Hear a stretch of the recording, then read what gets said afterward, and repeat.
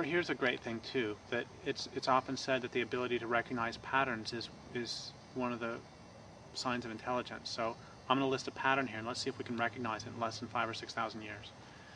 And when you think of the plains and hillsides of Iraq, is the first thing that you think of normally cedar forests so thick that sunlight never touches the ground? That's how they were. The first written myth of this culture is Gilgamesh going in and deforesting those hills to make cities. When you think of the Arabian Peninsula, is the first thing that you think of oak forests? That's what it used to be. Let's move a little bit west, and you get the cedars of Lebanon. They still have one on their flag. I never can remember if it was Plato or Aristotle, I think it might have been Plato, who was commenting on how deforestation was destroying the springs and rivers in Greece. And I'm sure that those in power said, well, we need to study it a little bit longer first to make sure there's a connection. Greece was heavily forested, Italy was heavily forested, North Africa was heavily forested. You know, this culture has been deforesting any way of life that's based on the use of non-renewable resources and based on the hyper-exploitation of renewable resources, so-called. Any way of life that perceives the world around them as consisting of resources and not beings to enter into these reciprocal, and communities to enter into these reciprocal relationships with, is going to destroy its land base. This culture has been destroying its land base for the last 6,000 years. That's not very smart on a finite planet. And once again, we can pick whatever measure you'd like, whether it's migratory songbirds, sturgeons, deforestation, and pick a measure. Things are... we're really fucked. You know, give me a threshold. Give me a threshold at which you'll finally call this an apocalypse. Give me a threshold, more importantly, at which you finally fight back. You know, what's it going to take? Will it take the death of salmon entirely? Maybe it'll take the death of polar bears. Maybe it'll take the death of, you know, whatever your favorite migratory songbird is. You know, there's got to be a threshold at which people are going to...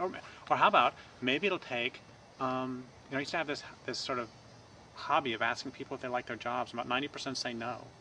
What does it mean when the vast majority of people spend the vast majority of their waking hours doing things they don't want to do? How crazy is that? So, you know, you're working a 40-hour-a-week job that you don't really like. So is that enough for you to start resisting when it's your own life? Or how about this? How about, you know, rates of cancer are just going through the roof? And so at talks, when I ask people, how many of you have had someone you love get killed by cancer? 70 to 80% say yes. So it's like, okay, you're not going to fight back when your lover dies of cancer? When your mother, your father, your child, your brother, your sister, your best friend?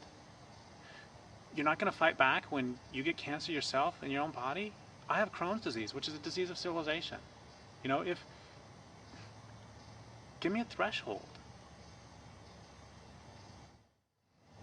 That one of the smartest things the Nazis did was they co-opted rationality and they co-opted hope by making it so that at every step of the way it was in the Jews' rational best interest to not resist. So would you rather get an ID card? Would you rather resist and possibly get killed? Want to move to a ghetto?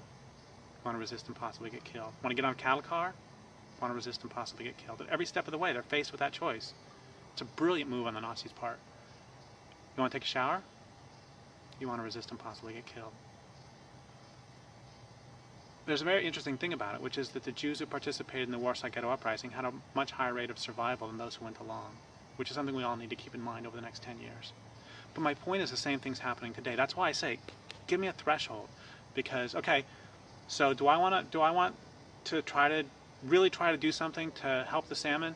Or do I want to, and possibly get killed or put in prison for the rest of my life? Do I want to really oppose the system? Or is it okay for the salmon to go? Okay, how about the lampreys? How about the sturgeon? How about the polar bears? How about your brother from cancer? You know, that's why at some point we just have to say, enough is enough. I mean, if I'm going to be in a concentration camp, I would much rather be one of the privileged ones than not. You know, if I'm going to be in this death camp system, sure, honestly, I would rather not be. There are more slaves in the world today than there were who came across in the Middle Passage, and I would much rather be in the position I am than be a slave. I would much rather not be starving to death.